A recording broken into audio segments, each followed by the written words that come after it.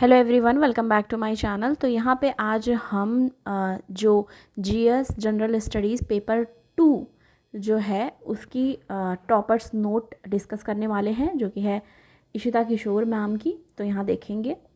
Okay, अब आगे आ जाएंगे। ये विज़न से लिया है मैंने, तो आगे आ जाएंगे। तो यहाँ पे देखो कैसे उन्होंने आंसर लिखा है। जैसे क्वेश्चन क्या है, do you agree with the view that time has come to revisit the 7th schedule. ठीक है, 7th शेड्यूल। अब देखो कैसे ब्रेक करना है क्वेश्चन को, कैसे इन्होंने किया है। पहले 7th शेड्यूल के बारे में आ गया। ठीक है, 7th शेड्यूल एक चीज़ of the Indian constitution discuss with suitable argument. तो सुटेबल आर्ग्यूमेंट के साथ इसको डिस्कस करना है। पहला 7th शेड्यूल के बारे में और दूसरा सुटेबल आर्ग्यूमेंट के साथ इसको डिस्कस करना है। तो मैम ने इंट्रो में क्या डाला है, आप देखो। इन्होंने इंट्रो में डाला है the 7th schedule is the federal axis of constitution that envisages 3 list. कौन से हैं वो 3 लिस्ट? अब ये चीज़ हमें यहाँ से पता चल गई। देखो, ये हम जो डिस्कस कर रहे हैं उसका पर्पस क्या है। चीज़ें भी हमें तैयार होंगी, टॉपिक भी हमें तैयार होगा, साथ ही साथ हम ये देखेंगे कि हमें आंसर कैसे लिखना है। ठीक है, और जितने हर साल के जितने भी फर्स्ट रैंक हैं उनका हम डिस्कस करने वाले हैं, या फिर आप किसी और टॉपर का चाहते हो कि हम डिस्कस करें उनकी नोट्स, तो आप कमेंट सेक्शन में बता सकते हो। तो पहले इंट्रो में इन्होंने 7th शेड्यूल के बारे में बात कर लिया। ठीक है, कि ये federal access of the constitution है और इसमें 3 लिस्ट है। ठीक है, 3 लिस्ट की बात यहाँ से कर ली।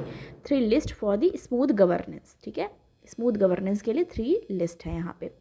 अब देखो आगे हम अगर इसमें आते हैं तो लिस्ट की बात यहाँ पे की गई है, जो लिस्ट 1, ठीक है, लिस्ट 2 एंड लिस्ट 3, सेंट्रल, ठीक है, state list and concurrent list. तो ये तो सबको पता है। अब ये सारे टॉपिक आपको कहाँ मिल जाते हैं? लक्ष्मीकांत में। लक्ष्मीकांत में आपको सारे टॉपिक ये मिल जाएंगे, और जो लोग पहले से प्रिपरेशन कर रहे होंगे ऑब्वियसली उनको ये सब चीज़ें आती होंगी। तो सेंट्रल लिस्ट, स्टेट लिस्ट और कॉन्करेंट लिस्ट इन्होंने लिख दिया। कैसे? अब देखो 7th शेड्यूल के बारे में बोलो, पहले उन्होंने डिफाइन कर दिया। ठीक है, इंट्रो में कर रहा है इन्होंने 7th शेड्यूल। उसके बाद ये इनमें 3 लिस्ट है उसकी भी बात कर दी इन्होंने, और ये स्ट्रक्चर बना करके। ठीक है, ओके। तो फ्लो डायग्राम, आप फ्लो चार्ट्स वगैरह बना सकते हैं, ये आपको ऑलरेडी पता होगा। तो लिस्ट 1 में क्या, सेंट्रल लिस्ट में है मोर items and more important items होते हैं। ठीक है, ओके। और दूसरे स्टेट लिस्ट में बात करें तो इसमें बताया जा रहा है क्या, डाइवर्सिटी से रिलेटेड होता है, जैसे कि law, order in agriculture. And जो थर्ड लिस्ट है, अंडर ज्यूरिडिक्शन ऑफ बोथ, ये लाइन याद रखनी है आपको, both centre and state. Beginners को ध्यान से देखने की ज़रूरत है, बाकी लोगों को तो पता ही होगा कि सेंटर में क्या होता है। ठीक है, यूनियन गवर्नमेंट जो होती है वो ज़्यादातर उनका अधिकार उस पर होता है, स्टेट लिस्ट पे स्टेट का होता है, और जो कंकरेंट लिस्ट होता है उसमें दोनों सेंटर और स्टेट दोनों का ज्यूरिडिक्शन होता है। एग्जाम्पल इन्होंने बताया, infirmity desirable but not necessary, ये लाइन याद रखनी है।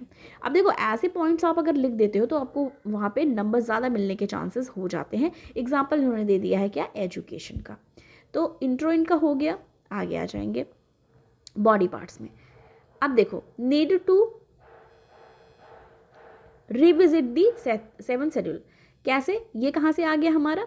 देखो, do you agree with the view that time has come to revisit the 7th schedule, बात आई ना। तो पहले उन्होंने इंट्रो में 7th शेड्यूल के बारे में लिखा, तो अब रिविजिट के बारे में यहाँ फिर से उन्होंने क्वेश्चन ही उठाने हैं और उसको एक्सप्लेन करने हैं, और आपको हेडिंग ज़रूर डाल देनी है कि मैं यहाँ पे क्या डिस्कस कर रही हूँ।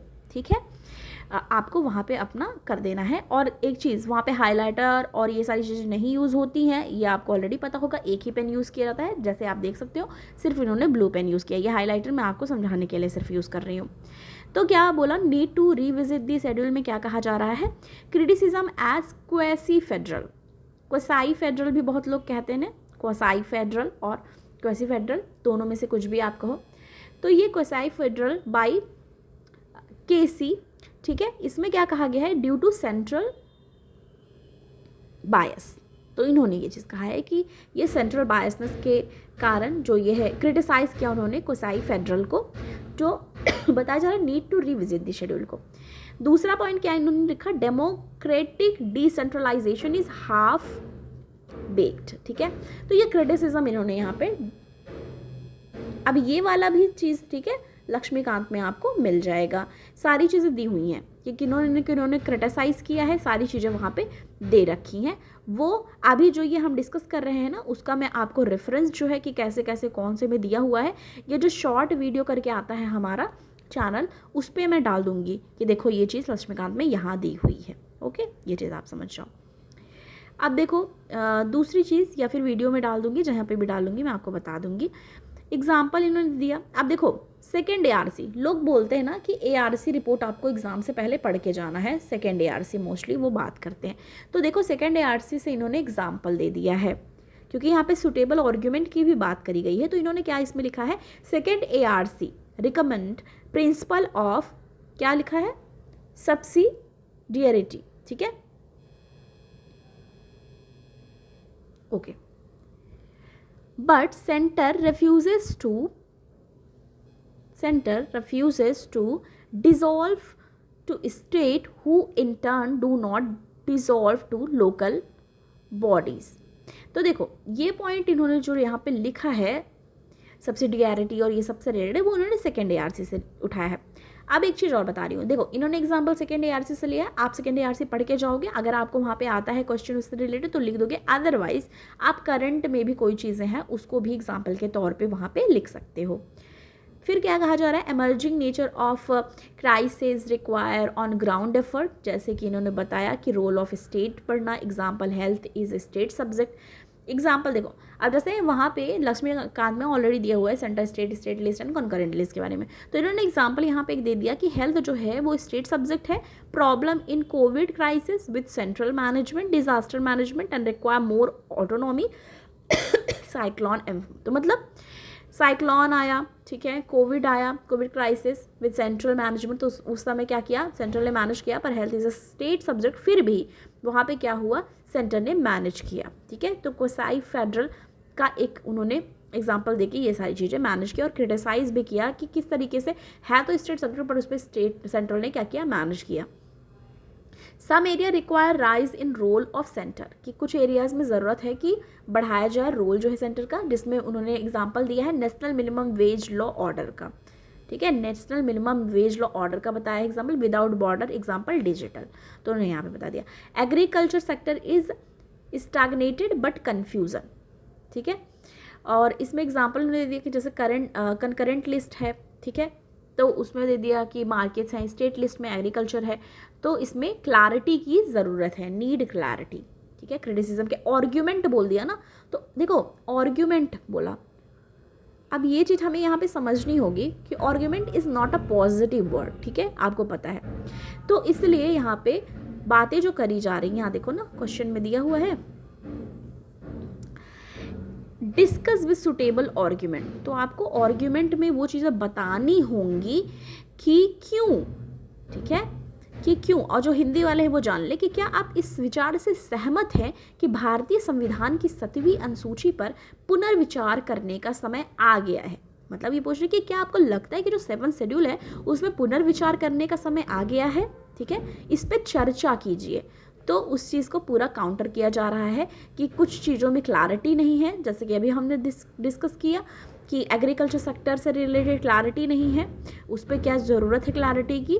ठीक है, वे फॉरवर्ड में इन्होंने क्या लिखा, set up committee for revisiting. Okay, refer recommendations of law commission, जो रिकमेंडेशंस है लॉ कमीशन की उस पर बात मतलब बोला है उन्होंने कि इनको एक तरीके से रिकमेंड किया है, मतलब आप कोई चीज़ रिकमेंड करते हो ना कि वहाँ से जाके आपको ये चीज़ें रेफरेंस दिया जाता है, उसी की बात यहाँ कर रही है कि इन्होंने वे फॉरवर्ड में दे दिया कमेटी सेटअप करनी चाहिए। दूसरा, जो लॉ कमीशन सेकेंड ARC और NCRWC है उस पर आपको देखना चाहिए, उससे रिकमेंडेशंस लेनी चाहिए, उससे चीज़ें मतलब सुधार करनी चाहिए। This can foster a federal balance as held in SR Bommai case. देखो, जब मैं आपको न्यूज़पेपर भी बताती हूँ उस समय कहती हूँ कि अगर कोई अमेंडमेंट है, केस है, ठीक है, इस तरीके की कोई चीज़ें हैं, आर्टिकल है, तो आपको क्या करना है, वो चीज़ें आपको अच्छे से पता होनी चाहिए। अब जैसे यहाँ पे इन्होंने SR बोमई केस को कंक्लूजन में डाल दिया, तो इससे पॉइंट क्या हो जाता है, इनरीच हो जाता है। सेकेंड क्वेश्चन यहाँ पे क्या है, highlight the advantage of online dispute resolution ODR mechanism की बात की गई है फॉर जस्टिस डिलीवरी, ठीक है। आगे भी जो हमने पढ़ा वो पॉलिटी से रिलेटेड था, ये वाला भी पॉलिटी से रिलेटेड है। Discuss the challenge associated with its effective implementation in India, ठीक है। न्याय वितरण के लिए ऑनलाइन विवाद समाधान तंत्र के लाभों को रेखांकित करते हुए भारत में इसके प्रभावी कार्यान्वयन से जुड़ी चुनौतियों की विवेचना कीजिए, यहाँ पे ये बोला गया है। तो अब यहाँ पे इन्होंने पहले देखो जैसे क्वेश्चन आया, अब आपको इसी में ब्रेक करके आंसर अपना डालना होता है। अब ओडीआर की बात करिए तो पहले इन्होंने इंट्रो में क्या कर दिया, ओडीआर से रिलेटेड डिस्कशन कर दिया। Online dispute resolution is a wide area that encompasses, ठीक है, इन्होंने कर दिया। अब देखो इस तरीके से आप बना सकते हो जैसे मैम ने यहाँ पे बनाया हुआ है। क्या बता दिया कि ओडीआर क्या है, ठीक है, वाइड एरिया है दैट इनकम्पासेस। क्या क्या आता है उसमें, लीगल रिजोल्यूशन ऑफ डिस्प्यूट जैसे कि आईपीसी, सीआरपीसी एक्सेट्रा, लीगल की बात कर ली, ओडीआर की बात यहाँ हो रही है। दूसरा अल्टरनेटेड डिस्प्यूट रेजोल्यूशन जिसमें क्या है, मीडिएशन, मतलब मीडिएशन मतलब समझ रहे हो ना, मध्यस्थता आई थिंक हिंदी में कहते हैं, if I am wrong so please correct मी। तो इस लीगल हो गया, अल्टरनेट हो गया, ठीक है, और ये है क्या, amicable resolution via standards protocol जिसमें एआई है और बिग डेटा है। अब ये न्यूली है, न्यूली मतलब हर्ड प्रॉपर्टी है। जैसे क्या होता है कि अभी ये तो हम लीगल एंड अल्टरनेट अभी तक जानते आए थे। अब देखो एआई और बिग डेटा ये सब आप देख रहे होंगे कि कुछ सालों से ही ज़्यादातर यूज़ में आ रहे हैं। तो इन्होंने ऑनलाइन डिस्प्यूट रेजोल्यूशन के बारे में यहाँ पे इंट्रो में एक इंट्रोडक्शन दे दिया। दूसरा क्या यहाँ पे बोला गया, discuss the challenge associated with effective implementation in India, ठीक है, पर यहाँ पे highlight the advantage of online dispute resolution. ये वाला पॉइंट पहले तो एक्सप्लेन करना पड़ेगा ना, क्योंकि देखो पहले क्या करना है आपको, कैसे तोड़ के अपने आंसर बनाने हैं। जैसे क्वेश्चन किस बारे में है उसको इंट्रो में लिख देना है, क्योंकि हम रैंक फर्स्ट की कॉपी देख रहे हैं तो उनसे कुछ सीखेंगे। ऐसे बहुत सारे टॉपर्स की हम कॉपी देखेंगे जिससे हम डिस्कस करेंगे। अभी इशिता मैम की हर सब्जेक्ट की कैसे उनकी स्ट्रैटेजी रही उस पर देख रहे हैं, ठीक है। तो ओडीआर के बारे में उन्होंने कर दिया। फिर एडवांटेज जो कि पहले ही दिया है कि एडवांटेज आपको डिस्कस करना है ओडीआर का। क्या कहा जा रहा है, advantage for justice delivery timely. अब देखो रिड्रेसल ऑफ कंप्लेंट, मतलब कोई अगर शिकायत है, ठीक है, तो उसको टाइम पे क्या किया जाए, सुना जाए, समाधान किया जाए।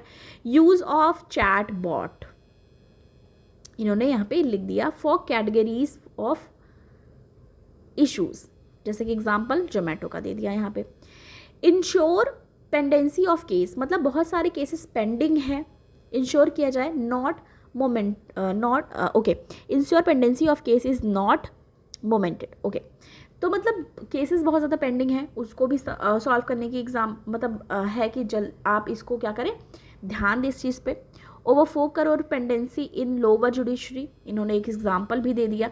तो आप देखो कि किस तरीके से आपको चीज़ें याद रखनी है। Useful for wide spread growth, ठीक है। तो इस तरीके से यहाँ पे ई कॉमर्स की बात यहाँ पे इन्होंने कर दी, ठीक है। अब यहाँ पे पोर्टल की बात कर दी, ई दाखिल पोर्टल कंज्यूमर कंप्लेंट के लिए, ठीक है। लेवल पेइंग फील्ड फॉर समाधान पोर्टल फॉर एमएसएमई। एक चीज़ आप और जान लो, जैसे हम पीवाईक्यू सॉल्व करते हैं ना कि किसके लिए, प्रीलिम्स के लिए, ठीक है, प्री के लिए हम पीवाईक्यूज करते हैं। मेंस के लिए आई गेस कि आपको टॉपर्स कॉपी भी जरूर से ज़रूर देखनी चाहिए, किस तरीके से उन्होंने लिखा है, और इससे आपको बहुत सारी चीज़ें, अब जैसे ऑनलाइन या ओडीआर से रिलेटेड आएगा तो ये जो हम डिस्कस कर रहे हैं वो सारे पॉइंट्स आप अपने भी आंसर में लिख पाओगे। ई गवर्नेंस, ई दाखिल पोर्टल, ठीक है, लेवल प्लेइंग फील्ड क्या है, एमएसएमई से रिलेटेड चैलेंजेस क्या है, कि role of EI and EQ in okay. तो समझ रहे हो आप कि एक चीज़ कहा जा रहा है यहाँ पे कि role of EI and EQ in decision making can not be replaced by AI algorithm. Correct, एकदम सही, कि अगर आप बात करते हो हाँ EI EQ की डिसीजन मेकिंग में, तो इसको रिप्लेस नहीं किया जा सकता है AI एल्गोरिदम से, जो कि चैलेंजेस में इन्होंने पॉइंट आउट किया है। Not useful for complex cases, जैसे कि है competition dispute against Amazon, okay. May not flag serious concern to law agency, जैसे कि चाइल्ड पोर्नोग्राफी, ठीक है, और honey trapping, spread of extremism, यहाँ पे इन्होंने सारे पॉइंट्स को, अब यहाँ कंक्लूजन में भी इन्होंने चीज़ें डाली, वो देखो बॉडी थी जो हम अभी तक डिस्कस कर रहे थे।